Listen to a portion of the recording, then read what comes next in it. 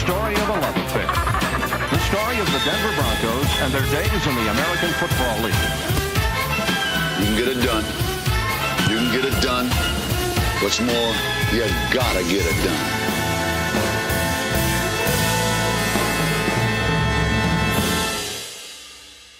Somebody from the CIA came to speak to us because they were looking for secretaries, and I actually was accepted to work for the CIA and had a date to go to Washington, D.C., and a friend of mine called and said, there's a new football team in Boston.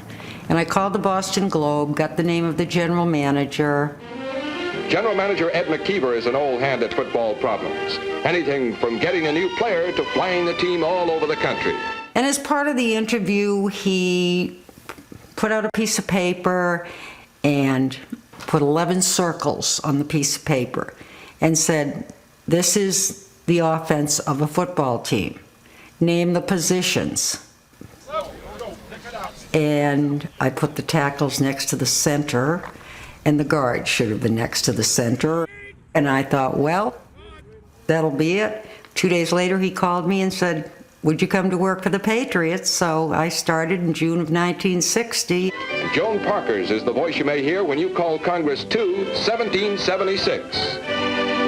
Our house was set up the way our antenna was turned to ABC and NBC, so I used to have to beg my dad, let's go up on the roof, let's turn the antenna so I can see the CBS Eagles game at the Cardinals or wherever they were.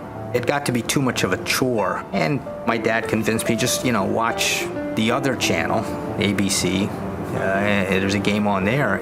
Houston now is in the midst of a 40-yard drive. The thing that drew me towards it were people like George Blanda, Billy Cannon. They give it to Cannon. He's at the 10. Then it became less important to watch the Eagles. I remember growing up in Annapolis and sitting on the floor, black and white TV, of course. After watching the first game, either the Redskins or the Colts, then the second AFL game would come on. It was a way to spend the rest of the Sunday afternoon and a way to postpone homework. At the time when the AFL started, I was like, 22, 23 years old. A lot of guys that were playing were friends of mine. I mean, guys that I played in college with or guys that I played against. That's what the AFL was initially, more opportunities for players to play. And then as I started in coaching, there was more opportunities for coaches to coach. I never forget the first meeting we had in 1960. I said, listen, I do not know how long the American Football League is going to last, but I'm going to guarantee you this. We are going to be the winningest team in the history of the American Football League. Write that down and underline it. The only history book that concerned the founders of the American Football League was the one they were writing. Just keep matriculating the ball down the field, boys. One that offered a perfect reflection of its time. How fitting that it began on a jet ride, through dreamy clouds, above a fruitful nation. In the hand of a humble man not yet 30, who believed the old way was not the only way. You can get it done. What's more, you gotta get it done. His words were quiet and measured. His league was sound and fury. His name was Lamar Hunt.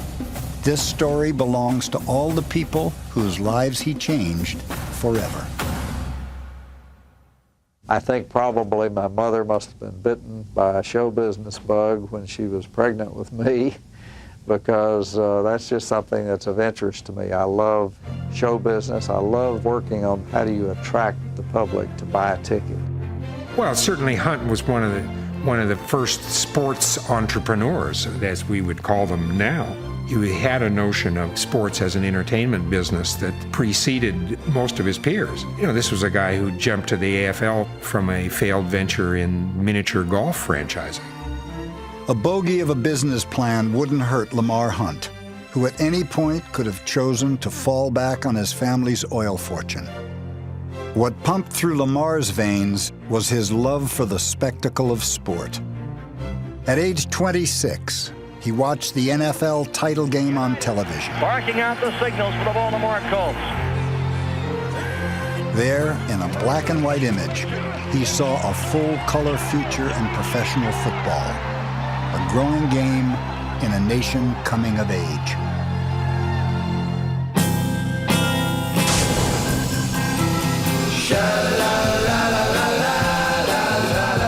We're on top of the world.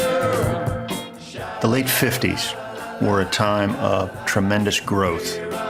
There was more free time, there was more money, and America is moving out to the suburbs, and they are starting to enjoy the spoils of victory in 2 world wars. As all this is happening, the owners of the NFL weren't really interested in expanding. They had stuck together through a world war, through a challenge from the All-American Football Conference. Now that the pie was finally getting larger, they weren't really interested in giving somebody else some pieces of it. There's no excuse for expansion in the National Football League. We furnish football now for free through television. Expansion can only weaken the personnel. Lamar Hunt wanted an NFL franchise, but the owners of the NFL told him the NFL wasn't going to expand. The only way he was going to get into the league was to buy a franchise. And the only franchise that was even considered to be for sale were the Chicago Cardinals. And he goes down to talk to the owner of the Cardinals in Miami, Walter Wolfner. And at one point, Wolfner boasted, look, Bud Adams down in Houston wants a team. There's people in Denver. There's people in Minneapolis. All these places want an NFL team. I don't need to deal with you. So Lamar Hunt shakes his hand, gets on a plane from Miami back to Dallas. And then the thought occurred to me, and it was literally like a light bulb going off. Hey, if all of these people, me included, want to have teams in a new league or in pro football, why wouldn't a new league succeed? I asked myself that question, and then I thought, well, it will. He gets some airline stationery and etches out the plans for this new league. This is how many teams, this is what the schedule's like, this is what the budget's going to be like. And then, typical of Lamar Hunt, he gets this great idea and tells nobody, and spends the next few months just very studiously, very carefully planning out how he's going to begin this new football league. A new league was the least of the NFL's problems. Congress wanted NFL Commissioner Bert Bell to explain why his league should not be prosecuted as a monopoly. So when Bell learned of Hunt's plans, he decided it was time everyone knew about the budding American Football League. And he asked if he could announce our league in these hearings. Now, he was doing it to get some heat off of himself. They were wanting to know, why isn't the NFL expanding? And so I said, well, sure, you go ahead and do that. And it got enormous attention because Bert Bell, in effect, announced that there was going to be a new league. Well, that was a lot better than having Lamar Hunt announce there was going to be a new league. The most exciting new development on the American sports scene came to life in 1960 with the birth of the American Football League. Teams at New York, Buffalo, Boston, Denver, Oakland, Los Angeles, Dallas, and Houston. I was in the locker room with Cleveland Browns when Paul Brown got up and said, there's a new league starting. Don't pay any attention to it. It's not going to succeed. It's bunch of sons of rich guys that, don't know anything about football. Everyone in the National Football League took a pretty much negative attitude towards the new league. But underneath all of it, I thought it would give us a chance to get higher salaries because now we had competition for the NFL. Before that, the only place we could go was to Canada. We had no leverage because I didn't want to go to Vancouver or somewhere. The NFL was paying attention. Its owners made Hunt and Houston's Bud Adams an offer. Abandon your plans for a new league, and you can each have an expansion franchise in the old one. When both Texans refused, the NFL changed its approach. In late August, Lamar is back in Dallas, and he gets a call on a Saturday afternoon from Associated Press reporter who wants to ask him if he's got any response to the news out of Houston. Suddenly, the NFL, which had no interest whatsoever in expansion, started a franchise in Dallas, Texas, which happens to be where Lamar Hunt has his team. They also stole one of the AFL's planned initial franchises. You can order your tickets now from the Minnesota Viking ticket office. Minnesota was to be a part of the AFL, and the NFL turned around and offered that same owner group an expansion franchise in the NFL. I think at that instant, Lamar Hunt realized he was now in a fight. They were going to try to destroy the AFL before it could start. But why, some say, the moon? Why choose this as our goal? And they may well ask, why climb the highest mountain? Why, 35 years ago, fly the Atlantic? Why does Rice play Texas? We choose to go to the moon. We choose to go to the moon. It seemed an almost impossible feat. We're going to go to the moon? Yeah, and I'm going to become the Dalai Lama. I mean... We choose to go to the moon in this decade and do the other things, not because they are easy, but because they are hard. It was communicated loud and clear. We can do, collectively, almost anything if we set our minds to it. This was an age of daring. America would shoot for the moon. The American Football League would aim for the NFL and do it with a former fighter pilot as its commissioner. Most people thought it probably should be a football figure. Of course, Joe Foss was a person of significant national prominence. He was one of the great heroes of World War II. As a Marine Corps pilot, knocked down 26 Japanese planes. He was a big, good-looking guy, been the governor of South Dakota. Questioning went along these lines. Have you ever played football? I said, oh, yes, I played in college. Well, have you ever coached? And I said, my coaching was fighter pilots. If you lost, you got killed. But I don't think you really want to coach. What you want is somebody that can open every door in the United States. And I have the confidence that I'm the guy that can do that. And Lamar said, say, are you interested in a commissioner's job? The commissioner of the American Football League, Mr. Joe Foss. Let's welcome Mr. Joe Foss. He had energy, he had charisma, he had drive. People would call the league offices and the secretary would say, oh, Commissioner Foss is en route. That meant he was flying his own plane somewhere. I traveled 250,000 miles that first year. I went to all the training camps. I think there were only a half a dozen guys that could do more push-ups than I could. Almost 500 push-ups. He would go around and make speeches to this Chamber of Commerce or this group of Shriners and talk up the American Football League. He was an outstanding representative for the American Football League in carrying our story to the American public. This is it. We'll let the ball players do the talking today. Merry Christmas to you all. The league fell like a gift from the sky into the lives of men like Paul Lowe. After the NFL's 49ers cut him, Lowe was employed in the mailroom at Baron Hilton's Charge Card Company. In 1960, Hilton founded the AFL's Los Angeles franchise. Naturally, the credit card man named his team the Chargers. When Hilton heard of the potential talent in his mailroom, Lowe went from sorting letters to reading fan mail and became the #2 all-time rusher of the league that wanted to make football fun. Oh, how happy you have made me. Oh, how happy you have made me. Our years together, we have had stormy weather, but our love has been so strong that somehow we've carried on in the whole. How happy you have made me. Oh, how happy. A lot of times I just think of, where I would be in life right now had it not been for the American Football League.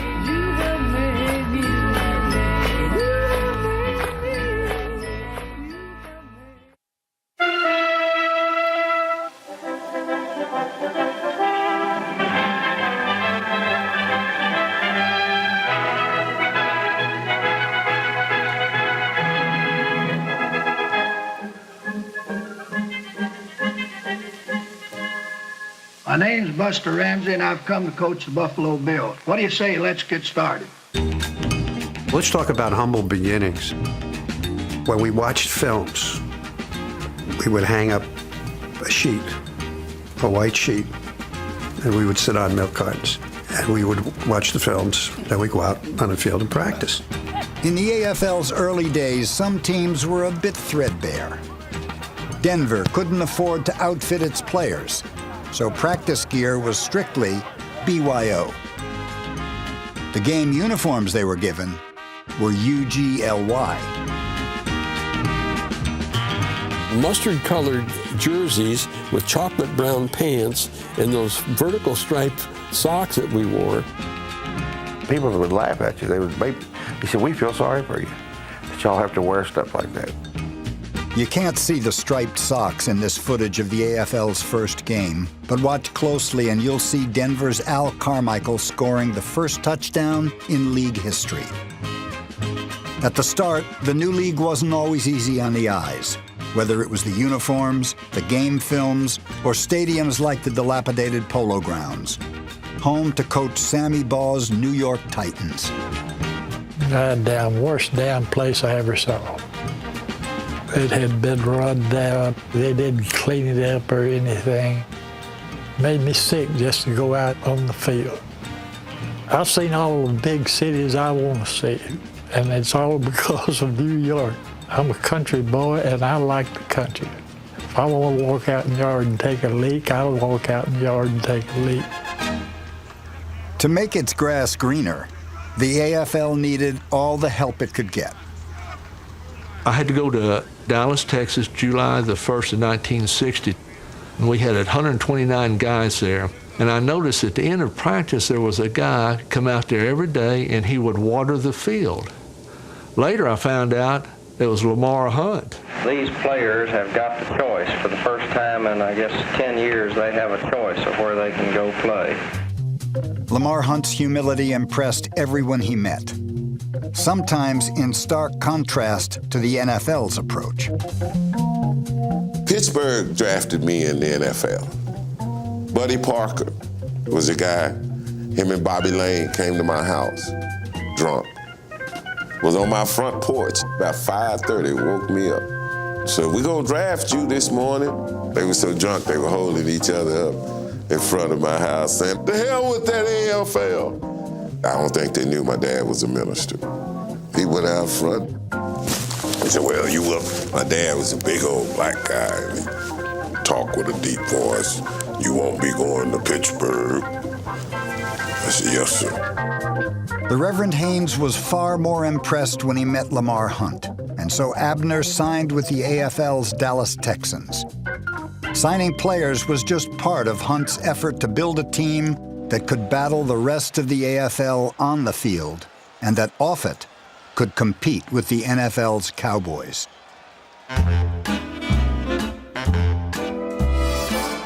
I took a trip to Dallas, slept in a prince's palace.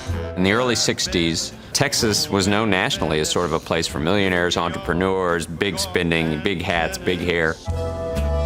A lot of people driving around with Cadillacs with big fins. Suddenly, in 1960, there's two professional football teams appear out of nowhere in Dallas.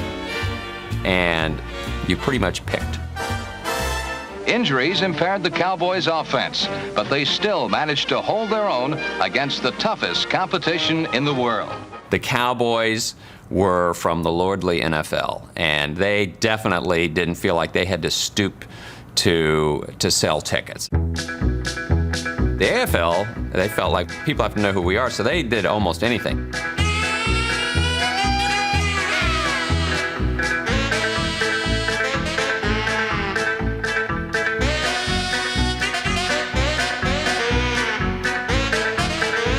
Lamar Hunt, for being as unassuming as he was, loved show business, and he billed his team as the Zing team of pro football, Z-I-N-G.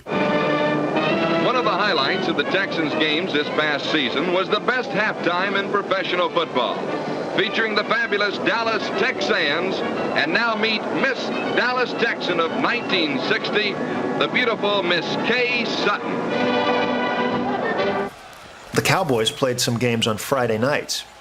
The Texans would often have a promotion that if you bring a ticket stub from Friday night's high school football game, you get into Sunday's Texans game for free to get the crowd away from the Cotton Bowl on Friday night and going to their high school game. And then that was the level at which the war was fought.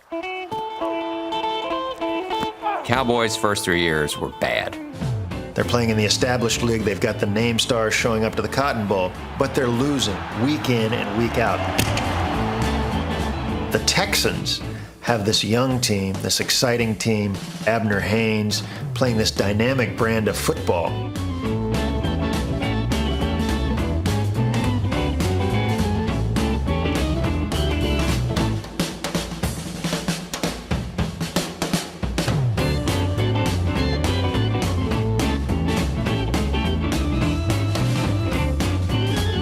From coast to coast, from September to December, the American Football League race was a hectic and exciting one. We feel like December 1961 will find the American Football League championship resting in the hands of the Dallas Texans. Tom Landry admitted to me years later the Texans would have beaten us. It would have been a headline back then. It would have been huge news for the Cowboys to admit that the Texans were better. Down the road from Dallas, the AFL's Oilers were the only pro football team in Houston. From the start, Houstonians had as much pride in their team as they did in their city. Houston was under, at that time, the shadow of Dallas. You thought of Texas, well, Dallas is sort of the big city there. You said, wait a minute. Dallas is barely a Texas city. This was our attitude. Because Dallas is the only place in Texas that looks north and east for approval. We don't look for approval any damn person. We know we're big league, but the rest of the world doesn't know it, doesn't believe it. Well, when the first talk began that professional football might be coming to Houston, it spread like mildew in a dark basement. This was going to be a stamp. Houston is big league. It's now not just a big town, also, it's a big city. I don't think it's an overstatement to say it was the biggest news since the end of World War II. In the boomtown of Houston, pro football began with a bang. It came when Oilers owner Bud Adams doubled the offer that the NFL Rams made to college football's most explosive player. Cannon is the only guy I can think of before Namath that really had that kind of, marquee name. To Billy the Atomic Cannon, it is my privilege to present to you the Heisman Trophy for 1959. Signing Billy Cannon was part of the Oiler owner's master plan, to win points with his fans by scoring them on the field. Bud Adams had the idea that in the early days, good defensive backs and good pass coverage would not be in existence, so they did build their team around offense. Billy Cannon out of the backfield, Charlie Hennigan. If you want a good statement about Charlie Hennigan, call Willie Brown. Willie is in the Hall of Fame, as good as defensive back that ever lived, and he had to cover Hennigan in practice, couldn't cover him. They traded him actually to Denver. So now we go and we're playing Denver, and Charlie Hennigan's the last game of the season. He needs 9 catches to break the record of catches in a season. And Willie Brown is covering him. We had 8 passes the first half. Charlie Hennigan, Blanders receiver here, caught 101 passes, a pro football record. Directing the Oilers' offense was George Blanda, a backup quarterback and place kicker discarded by George Halas and the NFL's Bears. Out of the game in 1959, grateful for a new football life in the AFL. There were a lot of players that came from the NFL that wanted to show the NFL that they made mistakes. And George was one of those guys. Sometimes we think, we get carried away with he wanted to show George Halas. Well, a lot of people want to show people, but they don't have what it takes to do it. George had what it took to do it. We were back deep in our own territory, and I could just feel on this particular down that they were going to bring in the linebackers and maybe even a safety. So I called full protection, and we isolated Billy Cannon on their free safety. But he swung out of the backfield, and they weren't going to catch him. Houston's offense carried it to the AFL's first 2 titles.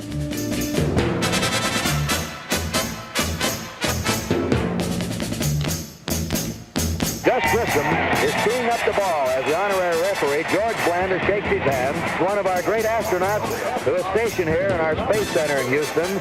The city that was home to the U.S. space program was also the launch pad for the AFL's first great air show.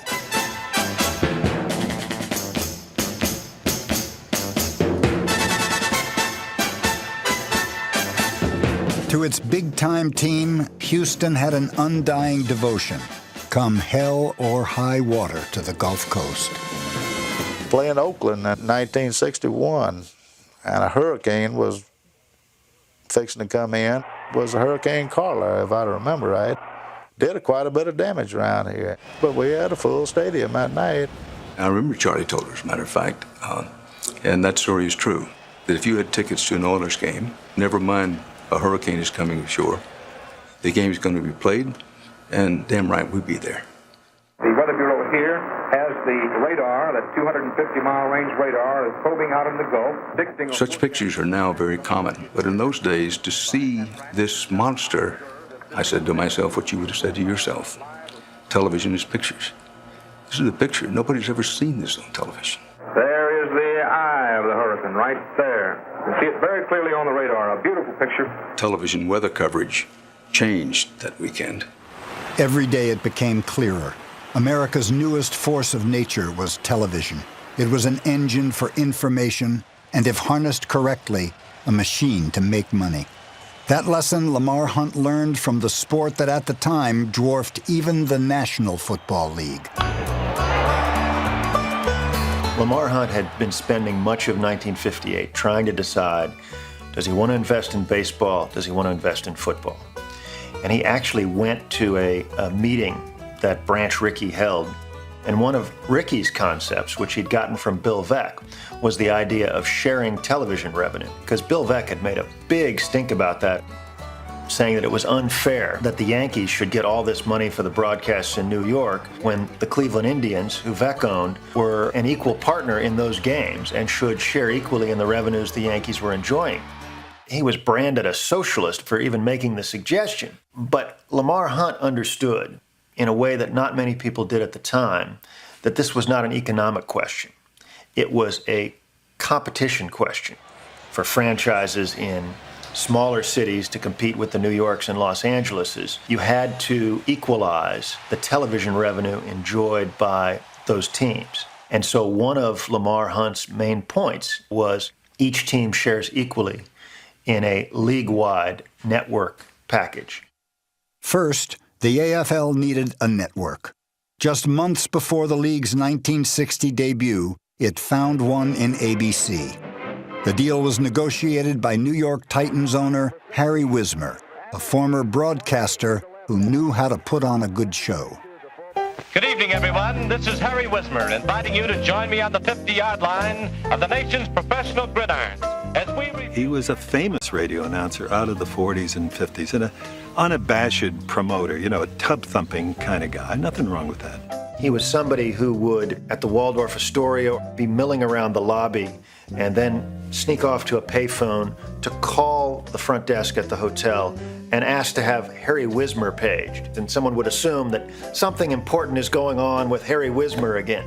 Who's ever heard of a Titan, number one?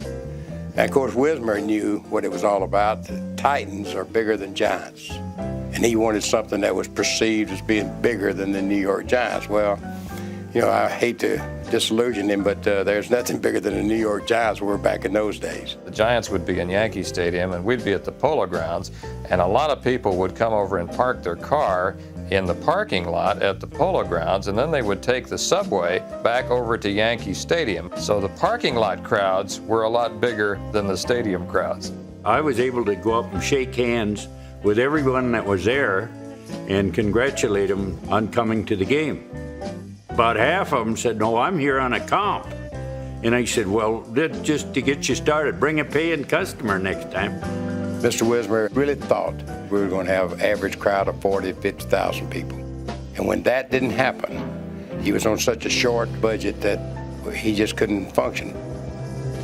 Here's Frank Gifford, all-pro halfback. Hey, Joe, are you still using that greasy kid stuff on your hair? What else? Vitalis. The Giants were doing television commercials.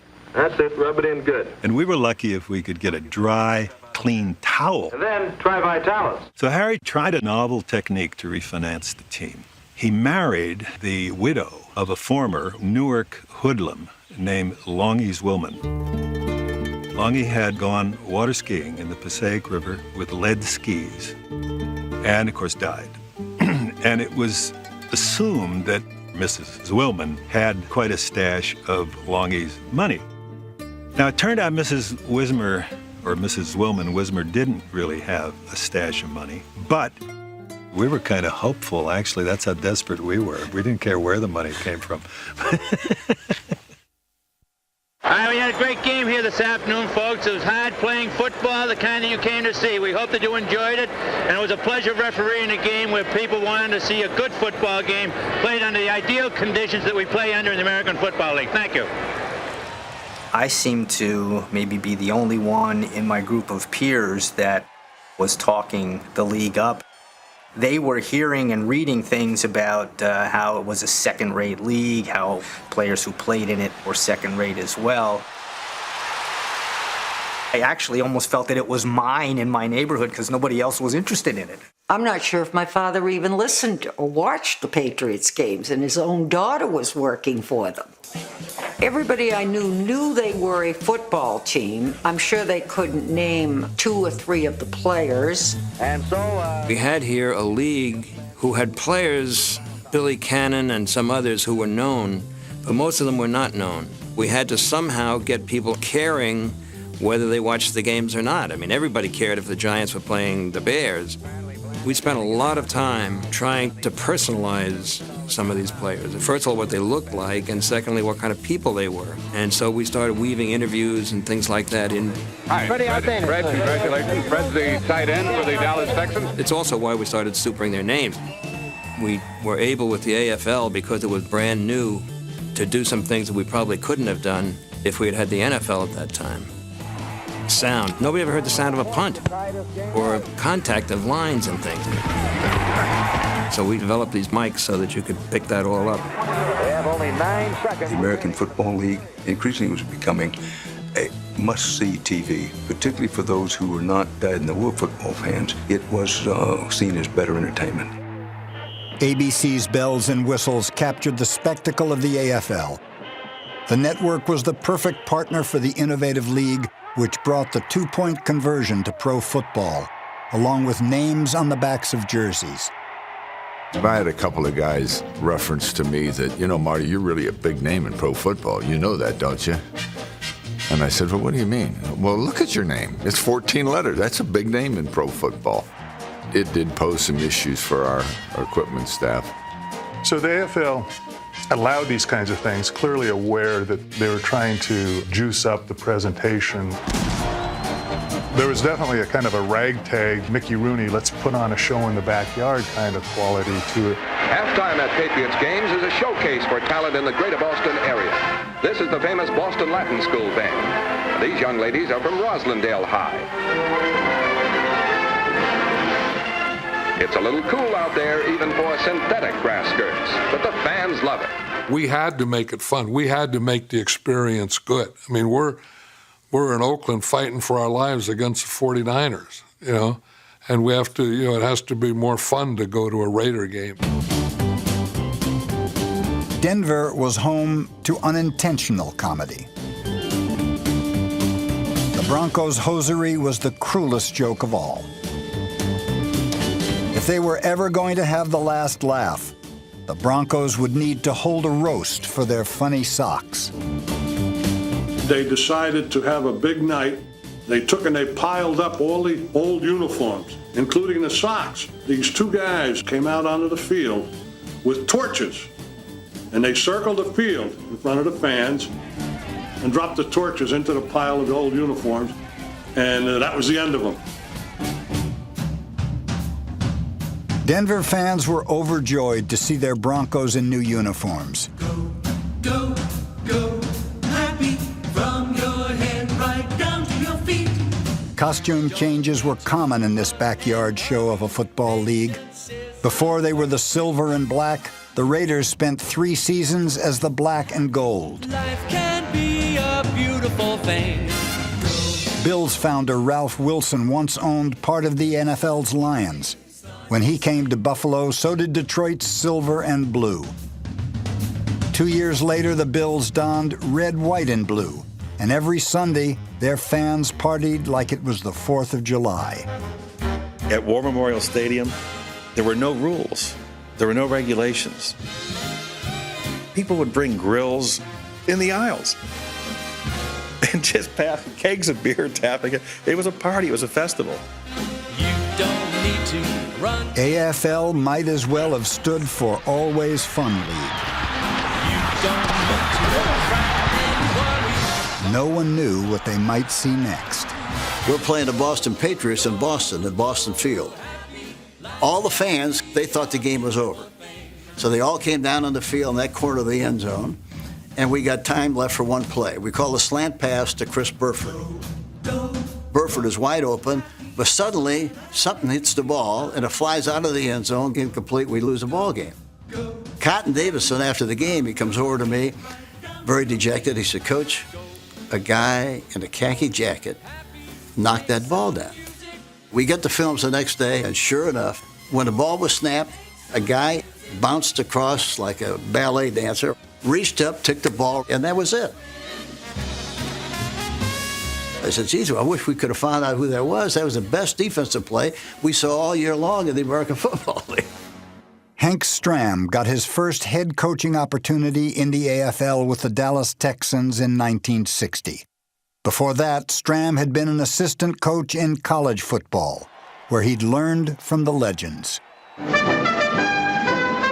Spring practice for the Crimson Tide of Alabama, and everything. Bear Bryant coached in the tower, and a lot of coaches in that era said, well, I'm going to get on a tower because Bear does it. So Hank Stram coached from a tower in practices, Texan practices. Well, he liked it so much. The second year, 1961, he said, let's take that tower down to the Cotton Bowl, and I'm going to coach there this weekend. So the people who bought the good seats can't see the game. They're yelling at him and throwing stuff. He coached the game from the tower, and after one game, I think Lamar and some of the people told him, you just can't do that. Hank got things in his head, and he was determined to see them through. Hank Stram was the best quarterback coach that I ever had. He was my coach at Purdue for a couple of years, and he had helped develop my skills. Getting ready for the 62 season, Lenny had been in the National Football League for 5 years and threw like 24 passes.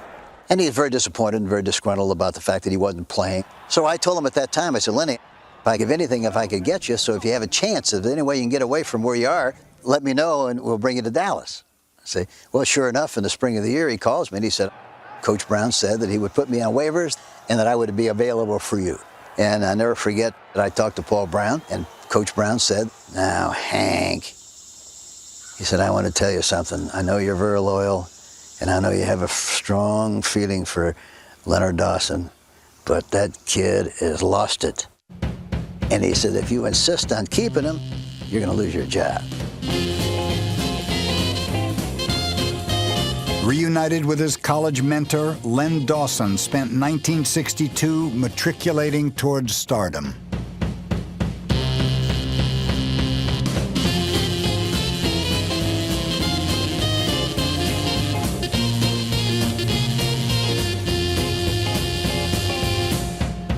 Each of the winners will receive an S55 Mercury convertible presented by Lincoln Mercury. The first presentation will be to Lenny Dawson, Player of the Year. As the season went on, we started dominating people. We had Abner Haynes in the backfield who was having a phenomenal year. And all of a sudden we're thinking, hey, we could be the team to win it all this year. On the field, Lamar Hunt's team was winning. Off of it, his his league was still struggling to compete with the NFL, especially in two-team towns like Dallas and New York. Chargers owner Barron Hilton conceded Los Angeles to the NFL's Rams, moving south to San Diego in 1961. That same year, the Oakland Raiders were close to abandoning the Bay Area.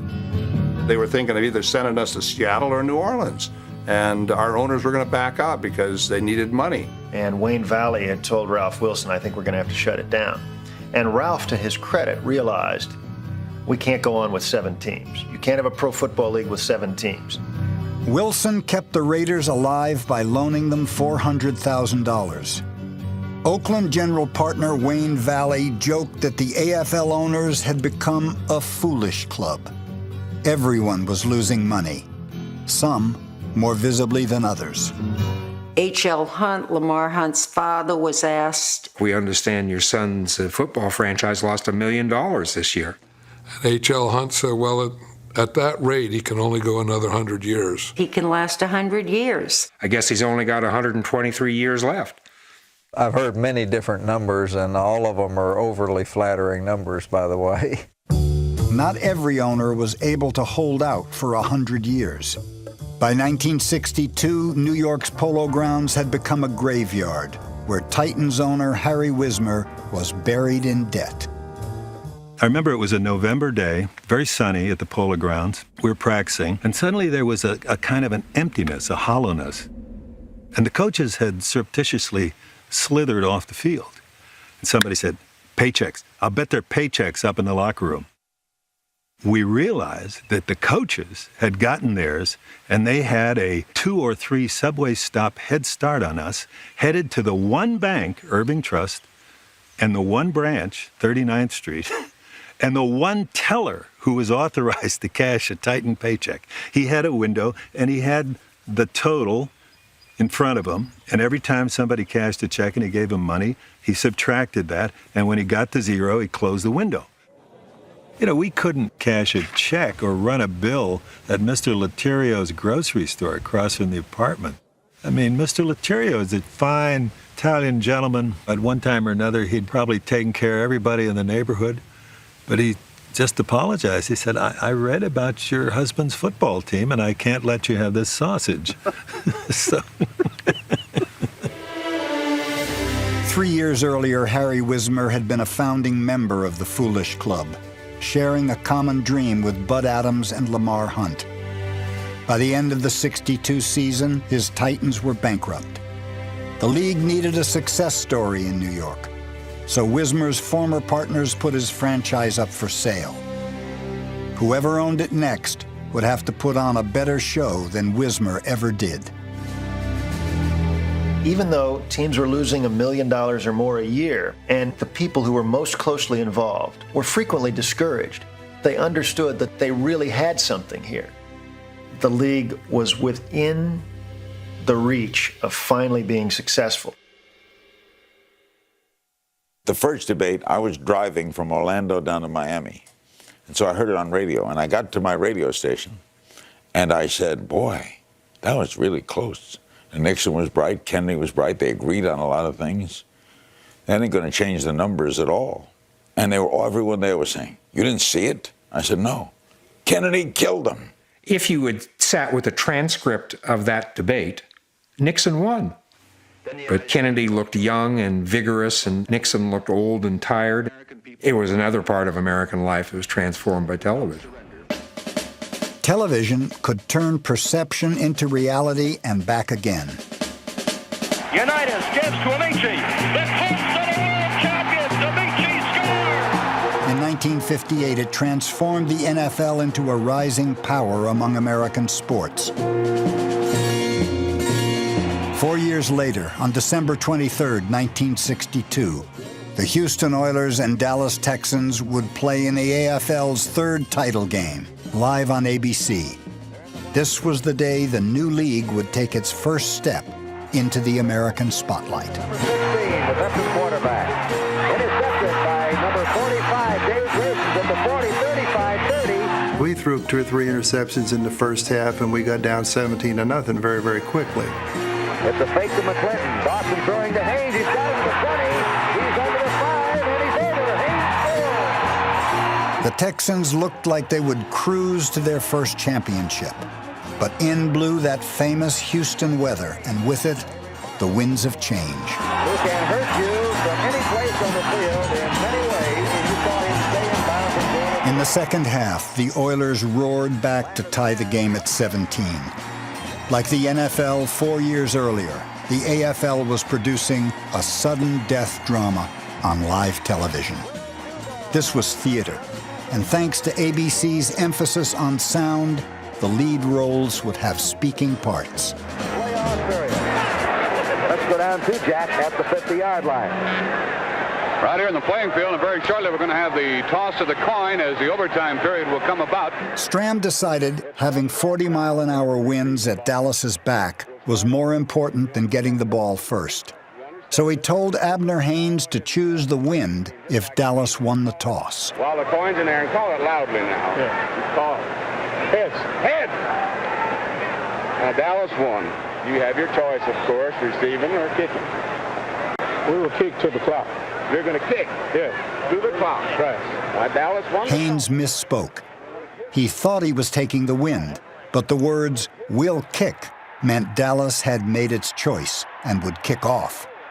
Houston then chose which end zone to defend. The Oilers would begin overtime with the wind and the ball. It was a dramatic twist a nation of viewers got to see and hear. Well, Kurt, and I asked one of the Dallas players what it was all about, and he simply said Abner Haynes had made a mistake. Stram was, on the sideline talking to Haynes in a very consoling way. Obviously, he knew he'd made a huge mistake. It was a great insight into a player-coach relationship in such a critical game, in such a critical situation. Neither team scored in the first overtime. In the second, the teams switched sides and Dallas finally had the wind at its back. Put Dallas now in real scoring position. Dawson would hold for rookie Tommy Brooker, who had a chance to kick Dallas to a championship. I said, "Tommy, just keep your head down, keep it still, and pump it through there, baby."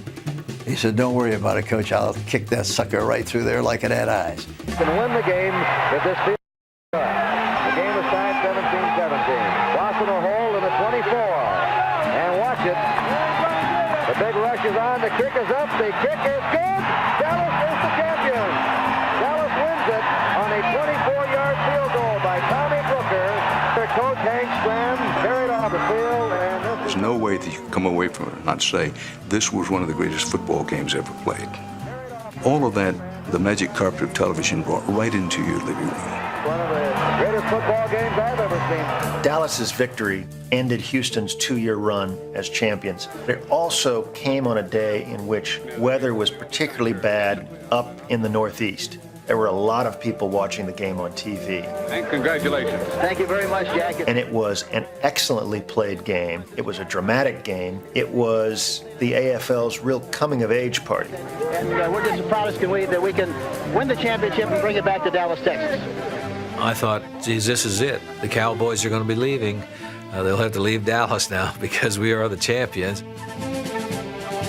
But that wasn't the case. The case was that Lamar Hunt wanted the league to succeed. Lamar Hunt realized, even though he wanted to stay in Dallas, he could not be truly successful in a town that was divided. The Cowboys could wait it out longer because the NFL was going to be around. The NFL was clearly there to stay. The AFL was much more of a touch-and-go proposition.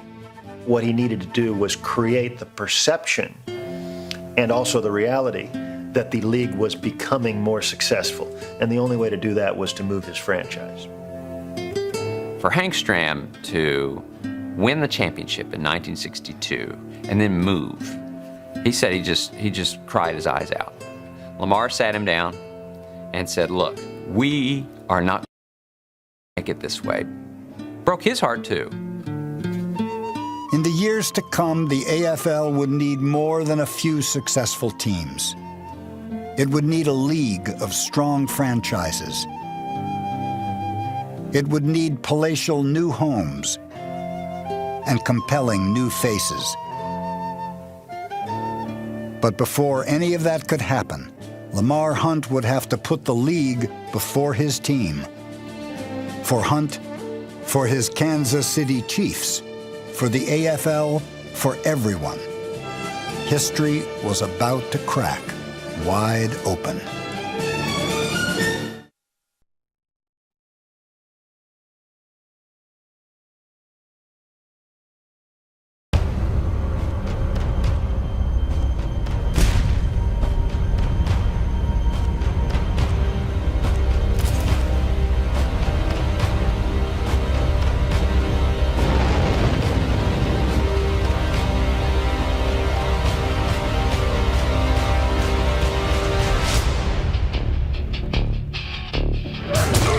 Tex Schramm talked about the war in the 60s. He wasn't referring to Vietnam. He was talking about the NFL and the AFL.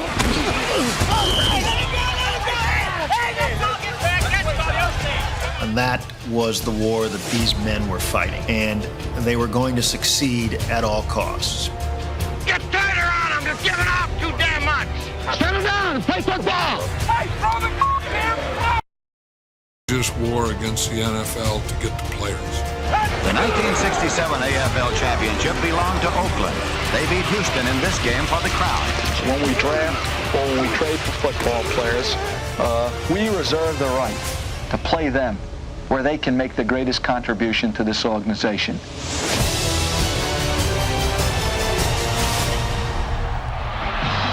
The major reason behind Denver's vault into second place in the rushing department was the acquisition of powerful fullback Cookie Gilchrist from the Buffalo Bills. We went out to get a taxi. Taxis were lined up out in front of the hotel. And Cookie Gilchrist, one of our players, says, hey, we want a taxi. And the guy says, we got to call y'all a colored cab. And Cookie said, hey, I don't care what color the cab is. I just want a taxi. Why can't we ride in one of these? So we decided we're going to go into that next club. We get ready to go in. This little guy standing there pulls out a gun. You are not coming in here. You are not coming in here. In the South and Southwest, desegregation was far from what the law required it to be. You know, it was unheard of for a black to be a weak safety or a middle linebacker or a quarterback. And this was like standard kind of talk. I mean, people believed this shit about whites and blacks. Now, there's no magic formula to it other than maybe hard work and having the horses. I'm trying to do this thing in terms of quarterback, center, and the studs up front. Everything that Paul Brown did, 95% of that is what we do today. From scouting players to breaking down film to game planning to on-the-field teaching, coaching, drills, and so forth. 50 years later, everybody's still basically doing the same thing. To me, that's the father of professional football. If it weren't for the AFL, what opportunities would I have had to coach? Don't get excited, John. Relax. Every time I saw Lamar Hunt, I thanked him. Our philosophy, move in the pocket, make sure... The innovation offensively was predominantly in the AFL. Men in motion, shifting, complex formations. Those things were not common in the National Football League at the time. Pump it in there, baby. Just keep matriculating the ball down the field, boys. I mean, you talk about dressing up to coach a football game. His sartorial splendor was evident every Sunday, and he always took it to the hilt. They were a team that projected the image that Hank Stram wanted to project. And it was a far different image than the image of Al Davis and later John Madden and the Oakland Raiders. And so that rivalry, in many ways the defining rivalry of the 10 years of the AFL, came out of those terrific contrasts. A lot of players didn't like each other. I mean, let's get right down to it. You know, that was back in the days when you could really, I mean, God, you can blast people out there. I mean, they'd just clothesline you. They'd hit you out of bounds. They do all that kind of stuff. It's too bad the game's not like that anymore. Jack Kemp was very tough. He once broke his hand, and while the hand was healing, he had the doctor form it around a football so that when it healed, he would still be able to hold the ball and throw it. When we left the Yale Bowl, the traffic was horrendous. We first thought it was because of all the people going back to New York after the football game. We found out that it was really because of Woodstock. 60s will be described as a decade in which football became the #1 sport in America. The AFL made it automatic hit on television. The most thrilling first play ever made by any new team anywhere. He took the opening kickoff and he went 100 yards, and we went nuts. The Buffalo Bills select as their first choice halfback O.J. Simpson, University of Southern California. Nobody could run football like O.J. Like an instrument, got to tune it just right, a little at a time. Namath has not been bashful this week, and he has said that the Jets are going to win. He doesn't even predict it. He says, we're going to win the game, I guarantee it. They're beating the best that the NFL has to offer out here today. And are the world champions of professional football. The AFL finally earns the respect it has desired, and the irony is it earns that respect at the moment it ceases to exist. It was time for some men to stand up and be counted. I think that's what we did.